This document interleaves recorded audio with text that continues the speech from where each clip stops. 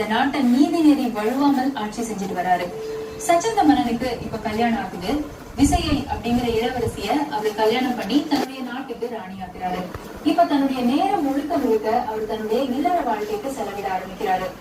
ராணியோட சேர்ந்து எங்கேயாவது சுற்றுலாவுக்கு போயிட்டு வருது, கோயில்களுக்கு போயிட்டு வருது, வேட்டைக்கு போறது, இப்படியே தன்னுடைய நேரத்தை முழுவதுமா செலவிடாரு சச்சந்த மகாராஜா. அப்ப ஆட்சி பொறுப்பை யாரு கவனிக்கிறது? அதனால தன்னுடைய அமைச்சரான கட்டியங்காரனை கூப்பிட்டு அனுப்பி அவர்கிட்ட இந்த நாட்டை நீ கொஞ்ச நாளுக்கு பாத்துக்கோ, என்னால ரொம்ப பொறுப்பா பார்க்க முடியல அப்படிங்கறதுனால முக்கியமான சில பொறுப்புகளை நீ எடுத்துட்டு பாத்துக்கோன்னு சொல்லி பொறுப்புகளை ஒப்படைக்கிறாரு. ஒரு சில மாதங்களுக்கு அப்புறமா கட்டியங்காரனுக்கு ஒரு ஆசை வருது.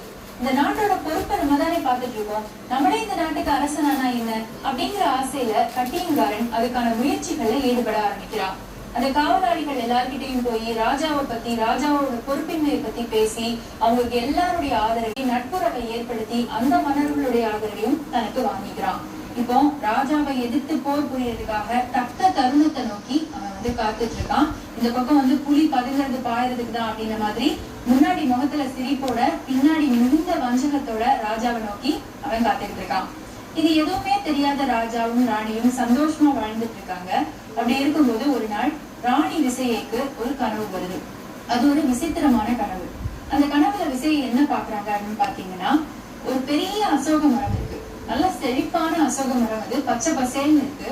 திடீர்னு ஒரு நாள் அந்த அசோக மரம் பட்டு போகுது. அந்த அசோக மரம் பட்டு போற நேரம் பார்த்து அதனுடைய வேர்ல ஒரு சின்ன தளிர் வந்து ஒரு சின்ன அசோக மரம் நுழைக்குது. அந்த சின்ன அசோக மரத்துடைய தலையில 8 மணிமாலைகள் விழுது. அந்த அசோக மரம் இன்னும் தலைத்து ஓங்கி வளர்றதா அந்த கனவுல ராணி விசையை பாக்குறாங்க. இந்த கனவோட அர்த்தம் ராணி விசையைக்கு புரியல. அதனால அவங்க சச்சந்த மகாராஜா கிட்ட அந்த கனவோட அர்த்தத்தை கேக்குறாங்க.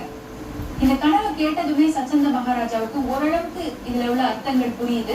ஆனாலும் அதை தெளிவுபடுத்திக்கிறதுக்காக அவர் ஜோசியர் கிட்ட போய் அதுக்கான அர்த்தத்தை கேட்கிறாரு. ஜோசியர் சொல்ற அர்த்தம் இதுதான்.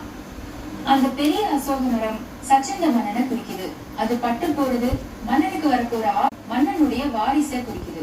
மன்னன் இறந்ததுக்கு அப்புறம் தான் அவருடைய வாரிசு இந்த மண்ணில பிறக்கும் அப்படிங்கிறது அதோடைய அர்த்தம்.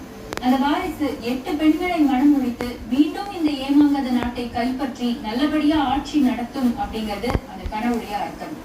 இந்த அர்த்தத்தை கேட்ட உடனே மன்னனுடைய மனம் மிகுந்த பாரம் அடையுது. அந்த பாரத்தோட அவர் அரண்மனைக்கு வரும்போது அவருக்கு ஒரு மகிழ்ச்சியான செய்தி காத்துட்டு இருக்கு. அது ராணி விசையை கருவுற்றிருக்கிறாங்க அப்படிங்கிற செய்தி.